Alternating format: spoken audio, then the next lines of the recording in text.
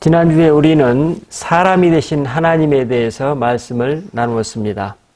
오늘 이 시간에는 그 후속편에 해당되는 내용으로서 인간이 진정 인간 된다는 것 혹은 인간이 그리스도화 되는 것에 대해서 여러분과 함께 나누고 싶습니다. 우리 중에는 이런 질문을 하실 수도 있습니다. 오늘 이삭이나 진이는 아니 우리는 이미 인간인데 또 무슨 인간이 된단 말인가? 아니 인간이 그리스도가 되다니 그게 무슨 소리인가? 어떻게 하면 우리 인간이 그리스도가 된다는 그런 불경한 말을 입에 올릴 수 있을까? 라고 의혹을 품을 수도 있을 것입니다. 그래서 저는 그런 오해를 피하기 위해서 오늘 설교 제목에서 사용한 인간이라는 용어의 의미를 육체적 차원이라기보다는 한 사람의 참된 인간, 참된 인격으로 성숙되어 간다는 의미에서의 인간, 그 인간을 말하고 있습니다. 영어로는 아마 becoming human이라고 표현할 수 있겠습니다. 시간 저는 먼저 지난주 설교 내용, 사람이 되신 하나님에 대한 내용을 개괄적으로 한번 다시 살펴보고 이어서 오늘 내용, 인간이 진정 인간이 된다는 것, 즉 인간이 그리스도화 되는 문제를 여러분과 함께 나누고자 합니다. 지난주에 요한복음 1장에 사람이 되신 하나님에 관한 내용에서 우리는 매우 익숙한 성경 구절을 보았습니다. 진리의 말씀으로 오신 하나님을 다음과 같이 증언하고 있습니다. 그 안에 생명이 있었으니 이 생명은 사람들의 빛이라. 빛이 어둠에 비치되 어둠이 깨닫지 못하더라. 참 빛, 곧 세상이 와서 각 사람에게 비추는 빛이 있었나니 세상이 그를 알지 못하였고 자기 땅에 오매 자기 백성이 영접하지 아니하였으나 영접하는 자 곧 그 이름을 믿는 자들에게는 하나님의 자녀가 되는 권세를 주셨으니 이는 혈통으로나 육종으로나 사람의 뜻으로 나지 아니하고 오직 하나님께로부터 난 자들이니라. 말씀이 육신이 되어 우리 가운데 거하심에 우리가 그의 영광을 보니 아버지의 독생자의 영광이요 은혜와 진리가 충만하더라. 본래 하나님을 본 사람이 없으되 아버지 품속에 있는 복생하신 하나님이 나타내셨느니라. 우리는 방금 전 구절에서 하나님이 왜 사람이 되셨는지 알게 되었습니다. 그건 바로 빛으로 오신 그분을 어둠 속에 있는 세상이 알아보지 못했다고 전합니다. 그분이 세상에 오셔서 각 사람에게 비추셨지만 사람들이 그분을 알아보지 못했다고 증언하고 있습니다. 이 말씀은 하나님의 아들이 직접 오셔서 사람들에게 나타나셨는데도 사람들이 그분을 알아보지 못하는 상황을 설명하고 있습니다. 진리의 말씀이 직접 살아있는 생명, 즉 인간의 모습으로 오셨는데도 사람들은 그분을 알아보지 못하는 소경들이었다는 것입니다. 사람들은 하늘의 명령을 실현하시는 그분을 알아보지 못한 것입니다.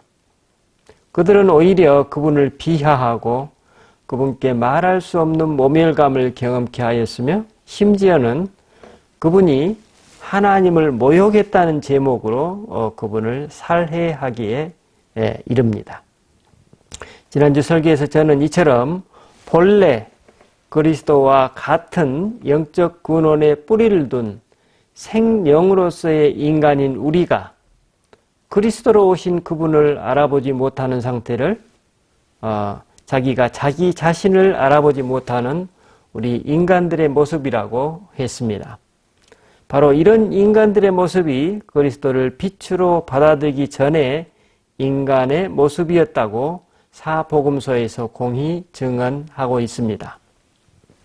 참으로 살아있는 사람, 하늘의 명을 그대로 실현하는 사람을 견디지 못하는 우리 인간 군상들의 이 병든 모습을 복음서 곳곳에서 있는 그대로 드러내 전하고 있습니다. 그러므로 인간 예수 안에 감추어진 그리스도, 인간 예수의 삶이 드러내는 메시지 그 자체가 곧 하나님이 왜 사람으로 오셔야만 하셨는지에 대한 해답일 것입니다. 이는 사실 우리가 하나님과 접촉할 만한 연결점을 상실해 버렸다는 것을 반증하는 것입니다. 그렇다면 사람으로 오신 그리스도 안에 감추어진 하나님의 메시지는 무엇일까요?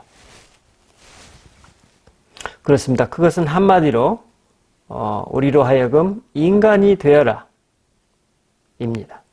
이를 신학적으로 표현하면 인간 예수처럼 되어라, 인간 예수처럼 살아라 라는 의미입니다. 왜냐하면 그분이야말로 생명으로 사셨기 때문입니다. 그분이야말로 진정 생명의 삶을 사셨기 때문입니다. 우리는 이 지점에서 생각해 봐야 합니다. 그러면 우리가 어떻게 참된 인간이 될 수 있을까요? 어떻게 사람으로 오신 그리스도를 닮을 수 있을까요? 우리는 이 질문에 대한 답을 얻기 위해 그 유명한 삭개오의 일화를 통해 생각해 볼 수 있습니다.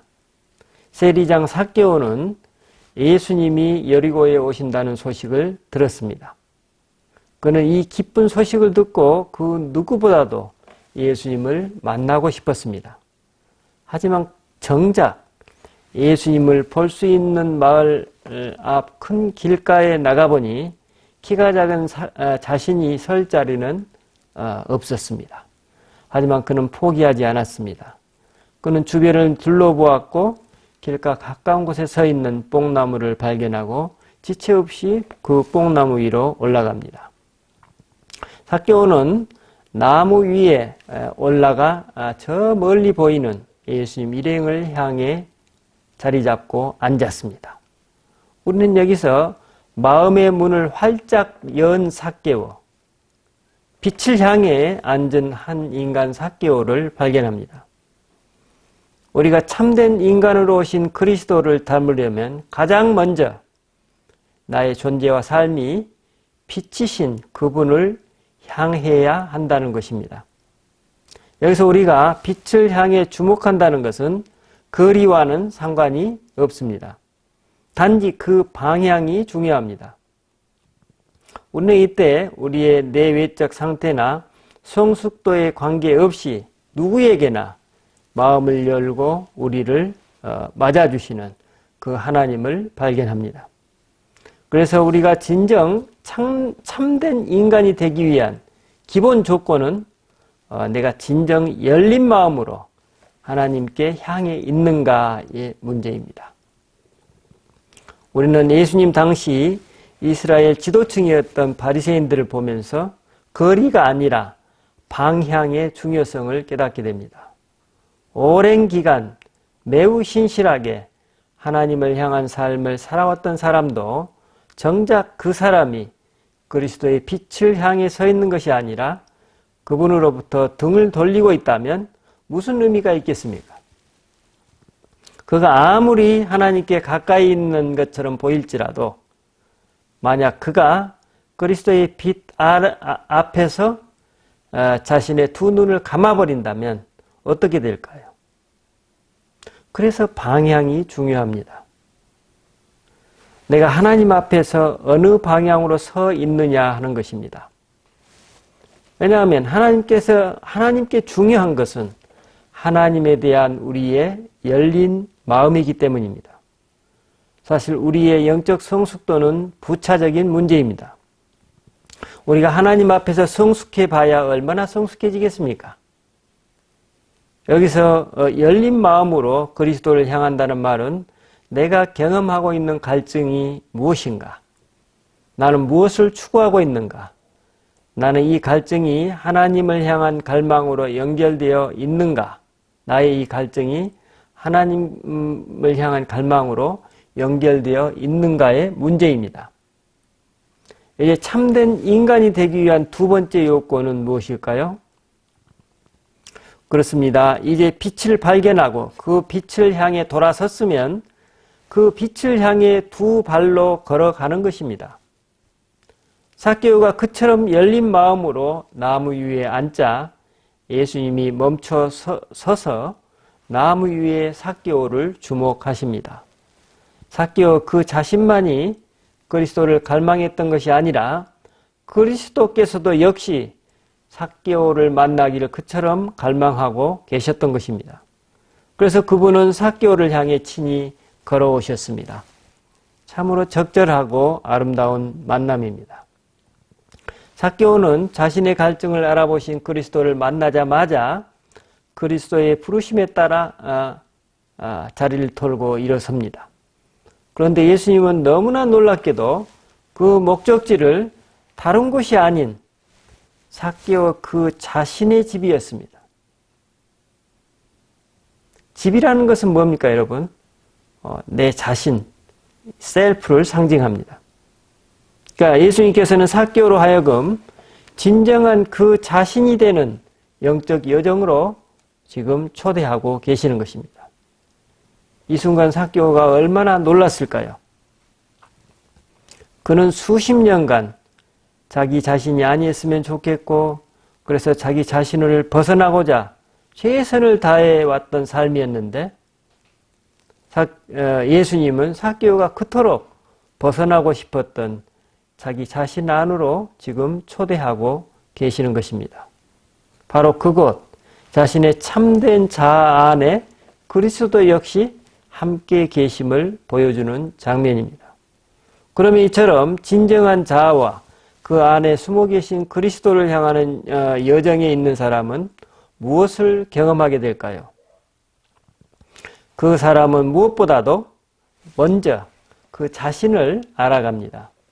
삭개오는 순간 그리스도의 광명한 빛 속에서 자신의 실체가 드러나고 있음을 경험합니다. 그래서 그는 자신이 보고 있는 만큼 그 자신이 변화되고 있음을 경험합니다. 그는 자신도 모르게 그 광명한 빛에 반응하기 시작합니다. 자신의 재산 절반을 가난한 사람들에게 나눌 것이고 또 만약 자신이 잘못했다면 그 4배로 갚겠다고 응답합니다. 그리스도를 가까이서 친밀하게 경험하게 되면 그 사람은 이미 그리스도를 닮아가는 자신을 발견하게 됩니다.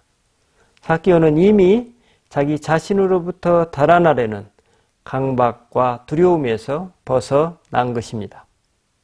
그는 빛으로 오신 그리스도를 체험하면서 자기 자신도 모르게 자신의 존재 변화를 경험하게 된 것입니다. 어떤 존재 변화일까요? 먼저 외로움과 결핍감으로부터의 자유입니다. 여러분, 우리는 인생을 살아가면서 불가피하게도 외로움이나 결핍감을 경험합니다. 어쩌면 외로움과 결핍감은 우리 인생길에 있어서 삶의 본질적인 부분으로 볼 수 있습니다. 어쩌면 외로움은 본질적으로 우리 스스로의 역량으로 채울 수 없는 우리 인간 본성의 일부이기 때문입니다. 이 세상 그 무엇도 우리 영혼 속의 그 깊은 갈증을 온전히 충족시켜주지는 못합니다. 예수님은 이 깊은 결핍감에 고통받고 있는 삭개오를 직접 찾아가셨습니다. 남모르는 고독을 살아가고 있는 그는 내적인 결핍감과 함께 내적 평화를 누리지 못합니다. 그래서 그는 자기 자신을 벗어나고 싶었고 이를 위해서 그는 세관장이라는 권력을 추구했었고 그래서 그는 큰 부자가 되었습니다. 하지만 그 결국은 외로움보다도 더 차가운 고립감 뿐이었습니다. 하지만 그는 그리스도를 만나면서 처음으로 깊은 신뢰를 알게 됩니다. 신뢰가 무엇이라는 것을 온몸으로 체득하게 됩니다. 그는 그 신뢰를 바탕으로 지금껏 내려놓고 싶었지만 내려놓을 수 없었던 삶의 짐을 내려놓을 수 있는 자유를 얻습니다. 이처럼 우리가 외로움과 결핍감에서 자유로워질 때 우리는 새로운 눈과 귀와 감각을 통해서 마치 아담이 각양동물의 이름을 지었듯이 우리 본래의 창의적 감각을 회복하게 됩니다. 이런 사람들은 사회의 불의와 부정에 민감하게 되고 대안적인 새로운 삶의 방식을 자기 자신부터 시작합니다. 생명의 삶을 제안하고 구현하게 됩니다. 하지만 외로움과 결핍감에서 자유롭지 못한 그런 사람들의 삶은 어떻습니까? 그 사람은 외로움을 견디지 못합니다. 그래서 늘 뭔가에 외적인 것에 주의를 돌려야 하고 그래서 깊은 중독에 빠지기도 합니다. 또 어떤 사람은 깊은 결핍감에 우울증이나 혹은 삶에 대한 무기력에 빠지기도 합니다. 어떤 이들은 어떻게 견딜 수 없는 공허감에 죽음을 갈망하기도 합니다. 이처럼 우리가 외로움과 결핍감에서 벗어나지 못하면 삶 자체가 혼돈과 절망이라는 비극이 될 수도 있습니다. 그 사람은 살아가야 될 이유를 찾지 못하기 때문입니다. 우리는 이러한 삶의 실제를 예수님을 만나기 전에 삭개오의 모습, 즉 고립감 속에 놓여 있는 그의 삶에서 찾을 수 있을 것입니다. 만약 어떤 사람이 그 어느 공동체에서도 속하지 못한 삶을 살아간다면 그 사람이 어떻게 될까요? 그 사람이 다른 사람을 신뢰할 수 있을까요? 그 사람이 자신의 삶과 세상을 낙관할 수 있을까요? 여러분, 그래서 우리에게는 소속감을 가질 수 있는 공동체가 필요합니다. 신뢰할 수 있는 공동체가 필요합니다. 예수님을 만나기 전에 삭개오에게 아브라함의 자손이라는 그 이스라엘 공동체의 일원으로서 그 소속감이 있었을까요? 천부당 만부당한 얘기일 것입니다. 그래서 예수님은 본문 누가복음 19장 10절에서 이 사람도 아브라함의 자손이라고 선언해 주십니다. 이처럼 그리스도와의 친밀한 만남을 통해 우리는 치유와 회복을 경험합니다. 우리 모두는 삶을 살아오면서 불가피하게도 상처와 고통을 경험합니다. 때로는 내 자신의 잘못이 아닌 경우도 있고 때로는 다른 사람의 실수나 잘못으로 인한 경우도 있으며 때로는 그 누구의 잘못도 아닌 경우도 있습니다. 그런데 여러분, 삭개오가 경험했을 고립감은 어디에서 왔을까요? 그것은 바로 두려움입니다. 먼저 삭개오 그 자신 안에 자리 잡고 있는 세상에 대한 두려움, 그리고 그 삭개오를 바라보는 사람들 속의 두려움입니다. 그 두려움은 삭개오 자신과 그를 만나는 사람들 속에서 갈등과 배제와 심지어는 상호간의 폭력에까지 치닫게 만들기도 합니다. 예수님은 그래서 삭개오로 하여금 무엇이 지금 가장 필요한 것인지 아시고 그가 아브라함의 자손이라고 선포해 주십니다. 바로 이 선언의 순간 삭개오는 이스라엘 공동체의 일원으로서 소속감을 회복하게 되었습니다. 이제 그는 진정 키 작은 자신으로 살아도 되는, 꼭 세관장이라는 권력이 없어도 되는, 꼭 부자가 아니어도 되는 자유인이 된 것입니다.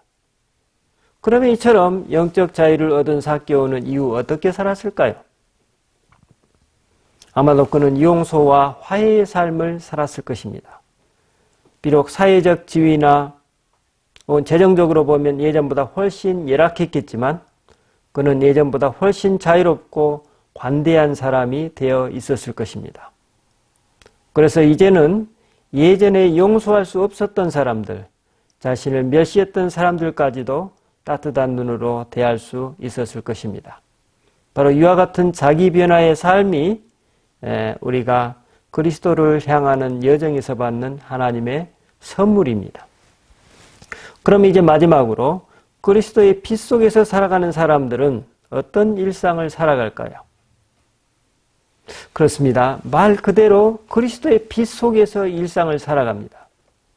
그리스도의 빛 속에서 일상을 살아간다는 말은 인격화된 말씀인 성령 안에서 그 성령을 통해서 그 성령과의 사귐을 일상에서 누리게 됩니다. 우리는 여기서 선악과를 따먹은 이후에 아담과 하와를 떠올리게 됩니다. 그들은 하나님이 지나시는 낌새만 느껴도 바로 나무 뒤로 숨어버렸습니다. 하지만 이제 그리스도를 만나 존재 변화를 경험하고 새로운 삶의 방식에 눈뜬 사람, 이제 진정 생명으로서 회복된 인간, 이제 진정 자기 자신이 되어 참 인간으로 회복된 인간 삭개오는 어떻습니까? 늘 그리스도의 빛 속에서 머물려고 할 것입니다. 지난주 설교에서 선악과를 알기 전 하나님과 함께 산들바람을 쐬며 산책하던 아담과 하와의 일상을 우리가 떠올릴 수 있습니다. 우리는 이를 신학적으로 인간의 신화 혹은 인간의 그리스도화라고 말합니다. 이것을 좀 더 부드러운 표현으로 보자면 관상적인 삶입니다. 성경에서는 이것이 참된 인간의 모습, 하나님의 형상을 닮은 인간이라고 말씀하고 있고 바로 이러한 우리의 변화를 위해 하나님께서 친히 사람이 되셨다는 메시지입니다.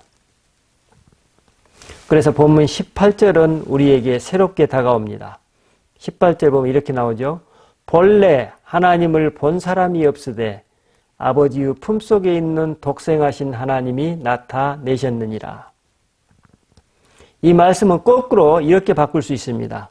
본래 참된 인간을 본 사람이 없으되 아버지의 품속에 있는 삭개오가 하나님의 아들 그리스도를 나타내었느니라. 어떻습니까? 이것이 바로 예수님께서 인간 삭개오에게 찾아오신 이유입니다. 이것이 바로 오늘 저와 여러분에게 그리스도께서 찾아오신 목적입니다. 사람이 되신 하나님, 그 결과로 인간의 그리스도화가 연결되는 포인트입니다.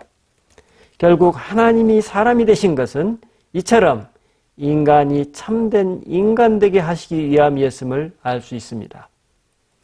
왜냐하면 그리스도를 통해 드러난 참된 인간상, 그 인간상을 담는 것이야말로 참된 인간이 되는 것이고 성령 안에서 생명으로 사는 길이고 그 삶은 영적 자유를 누리는 삶이요 우리를 가장 행복하게 하는 삶, 가장 의미 있고 가치 있는 삶이기 때문입니다.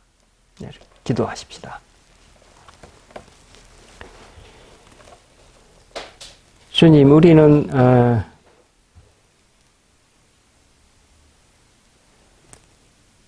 사람이 되신 하나님을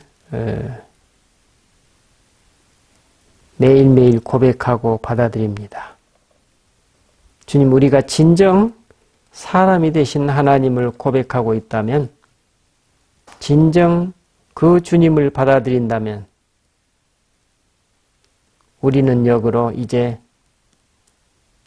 내 자신이 그리스도화 되어가는 변화를 경험하게 될 것입니다. 그것이 참된 인간의 모습이고 그 참된 인간의 모습으로서의 나를 위해 그리스도께서 오셨음을 다시 한번 깨닫습니다. 주님, 우리에게 그러한 도전의 길에 계속해서 전진할 수 있도록 복을 주시옵소서. 우리 주 예수 그리스도 이름으로 기도드립니다. 아멘.